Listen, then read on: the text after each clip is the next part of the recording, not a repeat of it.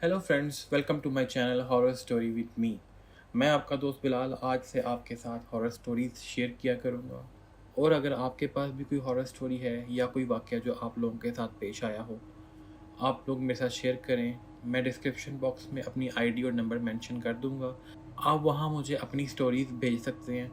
तो बढ़ते हैं अपनी स्टोरी की तरफ। आज का वाक़या ऐसा है जो मेरे अपने साथ पेश आया जब हम लोग घूमने गए मुश्तपुरी टॉप, डूंगा गली, जिसको डूंगा गली भी, नतिया गली भी कहते हैं। ये बात है आज से कुछ साल पहले की। जुमे के दिन सुबह हम अपने सफ़र के लिए निकले। सुबह सुबह का वक्त था, गर्मियों के दिन थे, तो हम लोगों ने डिसाइड किया कि हम लोग डूंगा गली जाएंगे, मुश्तपुरी टॉप को विज़िट करने जाएंगे। जुमे का दिन था, हम लोग सुबह सुबह निकले और ऑलमोस्ट दोपहर के टाइम हम लोग डूंगा गली पहुंच गए। वहाँ का मौसम और व्यू बहुत ही हसीन था, लेकिन आबादी के लिहाज से कुछ सुनसान सा महसूस हो रहा था। हम लोग काफ़ी थके हुए भी थे। हम लोगों ने होटल की बुकिंग करवाई। हम लोगों ने होटल की बुकिंग करवाने के बाद रूम में जाकर आराम करना ज़रूरी समझा।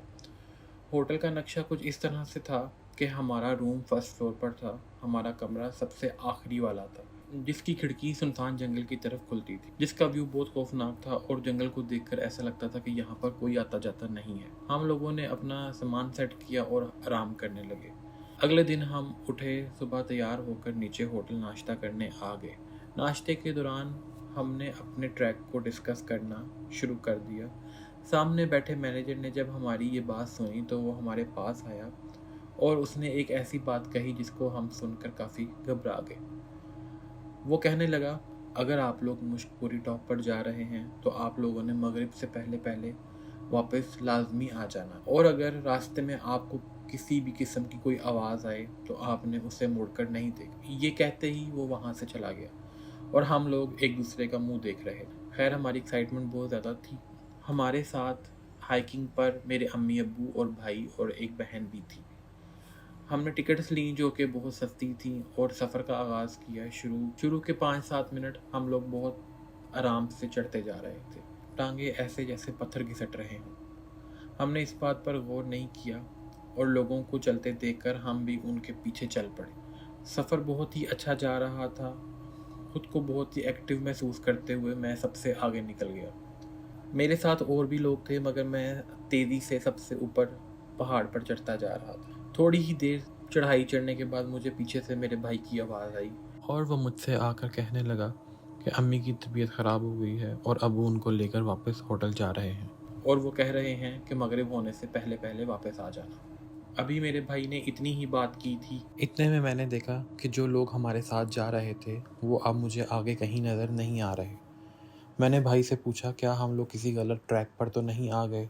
इतना कहना ही था कि पीछे जानवरों की आवाज़ों ने हमारे खौफ में और इजाफा कर दिया। थोड़ी ही देर चलने के बाद हमें वो लोग नज़र आना शुरू हो गए, और जैसे ही हमें वो लोग नज़र आए हम लोग थोड़ा बेहतर फील करने लगे। लेकिन बदलते मौसम ने हम पर से ये खौफ उतरने नहीं दिया। हमारे साथ चलते हुए लोगों से मालूम हुआ कि यहाँ का मौसम दरख्तों की वजह से बदलता रहता है। 2 घंटे मुसलसल चलने के बाद हम अपनी मंजिल तक पहुँचे। वहाँ का नज़ारा देखकर हमारी सारी थकावट उतर गई, जैसे जन्नत में आ गए हों। वहाँ स्कूल्स की काफ़ी ट्रिप्स ऑलरेडी मौजूद थीं और बच्चे रेसिंग कर रहे थे, कुछ वीडियोस बना रहे थे।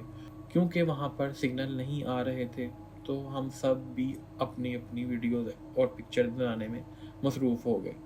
और वहाँ पर काफ़ी ज़्यादा खाने पीने के स्टॉल्स भी थे।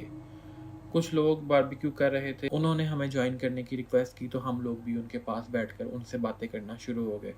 हम लोग काफ़ी अच्छे फ्रेंड्स बन गए थे। उनके साथ फ़न करते हुए कब शाम हो गई हमें पता ही नहीं चला। बदलते मौसम की वजह से हम इसे महसूस ही ना कर सके। जब हमने तस्वीरें देखने के लिए फ़ोन निकाला तो पता चला कि शाम होने में कुछ ही वक्त बाकी है। हमने फ़ौरन अपना सामान पकड़ा और वापसी को निकल आए। वापसी आते हमारे साथ कोई ना था और आहिस्ता आहिस्ता अंधेरा हो रहा था।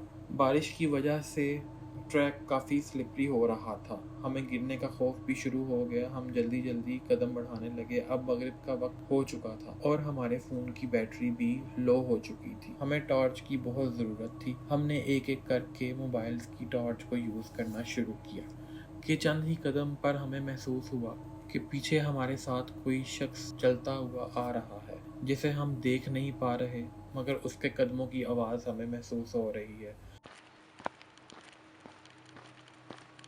اب یہ وہ وقت تھا کہ ہمیں اس ہوٹل والے کی باتیں یاد آنے لگیں۔ جو آوازیں ہمیں پہلے دور سے سنائی دے رہی تھی وہ اب بہت قریب آ چکی تھی۔ خوف کی وجہ سے ہمارے ہاتھ کانپ رہے تھے اور ہم لوگ دل ہی دل میں آیت الکرسی پڑھنے لگے۔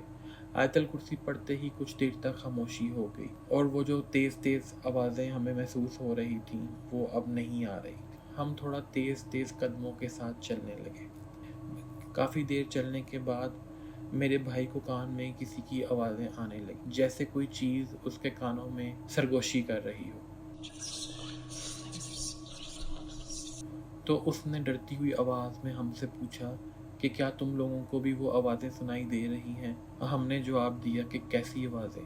وہ کچھ نہ بولا اور کہنے لگا کہ چپ کر کے آیت الکرسی پڑھو اور چلتے رہو۔ ہم نے ایسا ہی کیا۔ ایسے ہی چلتے چلتے کچھ دیر بعد ہمیں کچھ لوگ جاتے ہوئے ملے۔ ہم نے اللہ کا شکر ادا کیا کہ ہمارے علاوہ بھی کوئی اس ٹریک پر موجود ہے۔ ہم لوگوں نے ان کے ساتھ مل کر ٹریک کو ختم کیا، مگر جب ہم نے ان لوگوں پر غور کیا تو ہمیں ایسا محسوس ہوا کہ وہ لوگ آپس میں بات نہیں کر رہے اور نہ ہی ایک دوسرے کی طرف دیکھ رہے ہیں۔ ہم نے نوٹ کیا ان کے پاس کوئی ٹارچ بھی نہیں ہے اور وہ اندھیرے میں بس چلتے جا رہے ہیں اور وہ کسی سے بات بھی نہیں کر رہے۔ اللہ اللہ کر کے ہم لوگ ہوٹل پہنچے۔ ہم نے کسی سے اس بات کا ذکر نہیں کیا۔ امی ابو کافی پریشان ہوٹل کے باہر ہی بیٹھے ہمارا انتظار کر رہے تھے، کیونکہ نیٹ ورک نہ ہونے کی وجہ سے کوئی رابطہ نہیں ہو پا رہا تھا۔ ہم نے رات کا کھانا کھایا اور کمرے میں چلے گئے۔ میں کھڑکی کے ساتھ والی سنگل بیڈ پر لیٹا ہوا تھا۔ تھکاوٹ کی وجہ سے ہمیں بستر پر جاتے ہی نیند آ گئی۔ رات کے ایک پہر پتوں کی سرسراہٹ سے میری آنکھ کھلی۔ مجھے ایسا لگ رہا تھا جیسے باہر جنگل کی سائڈ پر کوئی چل رہا ہو۔ پہلے میں نے سوچا کہ شاید کوئی بلی یا کوئی اور جانور ہوگا جو پتوں پر چل رہا ہے، جس کی مجھے آواز محسوس ہو رہی ہے، اور میں آرام سے لیٹا رہا۔ اور تھوڑی دیر بعد مجھے اچانک ایسی آوازیں آنے لگی جیسے ہمیں ٹریک پر آ رہی تھیں، جیسے کوئی ہمارے کان میں سرگوشی کر رہا ہو۔ میں خوف سے اٹھا اور جب میں ڈرتے ڈرتے میں نے کھڑکی سے باہر دیکھا تو خوف سے جیسے میری جان ہی نکل گئی ہو کہ وہی لوگ جو ہمیں واپسی ٹریک پر ملے تھے، میں نے ان کو ان کے کپڑوں سے پہچان لیا تھا۔ وہ لوگ ایسے جیسے جنگل میں کوئی چیز ڈھونڈ رہے ہوں۔ جیسے ہی میں یہ چیز سوچ رہا تھا کہ یہ اس وقت یہاں کیا کر رہے ہیں تو وہ سب اچانک میری طرف دیکھ کر مسکرانے لگے۔ میرا جسم جیسے بے جان ہو گیا ہو اور میں نے دل ہی دل میں آیت الکرسی پڑھنا شروع کر دیا۔ آیت الکرسی پڑھتے پڑھتے وہ میری نظروں سے غائب ہو گئے اور میں اپنے بستر پر لیٹ گیا۔ میں کافی خوف زدہ تھا۔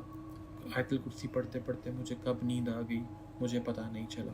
صبح اٹھتے ہی میں نے اپنے گھر والوں سے اس واقعہ کا ذکر کیا، جس کی تصدیق میرے بہن بھائی نے بھی کر دی کہ ٹریک پر ہمارے ساتھ جو واقعات پیش آئے تھے، اور اسی دن ہم لوگ واپس اپنے شہر آ گئے۔ مگر مجھے آج تک ایک بات سمجھ نہیں آئی کہ وہ لوگ جو ہمیں ٹریک پر ملے تھے وہ لوگ کون تھے اور وہ اس رات اس جنگل میں کیا ڈھونڈ رہے تھے۔ اور جب میں نے ان کی طرف دیکھا تو ان لوگوں نے میری طرف دیکھ کے مسکرانا کیوں شروع کر دیا؟ کیا وہ کوئی دوسری مخلوق تھی یا وہ کوئی انسان تھے؟ میں آج تک یہ بات نہیں سمجھ سکا۔ تو یہ تھی میری آج کی سٹوری۔ ملتے ہیں آپ سے اگلی سٹوری میں۔ آپ لوگ بھی اپنی سٹوریز میں سے شیئر کر سکتے ہیں۔ آپ لوگ جائیں اور اپنی سٹوریز میں ساتھ شیئر کریں۔ میں نے ڈسکرپشن باکس میں اپنی آئی ڈی مینشن کر دی ہے، آپ لوگ وہاں اپنی سٹوریز مجھے سینڈ کر سکتے ہیں۔ تو ملتے ہیں آپ سے اگلی ویڈیو میں ایک نئی سٹوری کے ساتھ۔ تب تک کے لیے اللہ حافظ۔